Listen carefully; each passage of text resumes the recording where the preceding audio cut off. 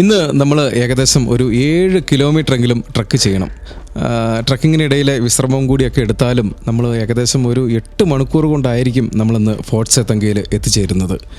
ഇന്നത്തെ ഈ ട്രക്കിങ് നമ്മൾ അവസാനിപ്പിക്കുമ്പോൾ സമുദ്രനിരപ്പിൽ നിന്നും 3680 മീറ്റർ ഉയരത്തിൽ നമ്മൾ എത്തിച്ചേരും. അതുകൊണ്ട് തന്നെ ഇന്നത്തെ ട്രക്കിങ് അത്യാവശ്യം നല്ല ചലഞ്ചിങ് ആയിരിക്കുമെന്നാണ് ഞാൻ പ്രതീക്ഷിക്കുന്നത്.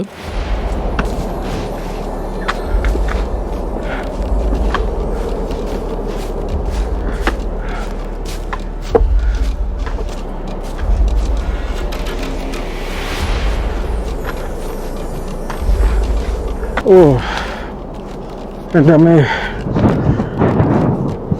നല്ല കാറ്റാണ് കേട്ടോ. പക്ഷെ ഇവിടുന്ന് 1 മണിക്കൂറും കൂടെയാണ് നമ്മൾ താമസിക്കാൻ ഉദ്ദേശിക്കുന്ന സ്ഥലം, അതായത് ഫോർട്ട് സെതങ്ക.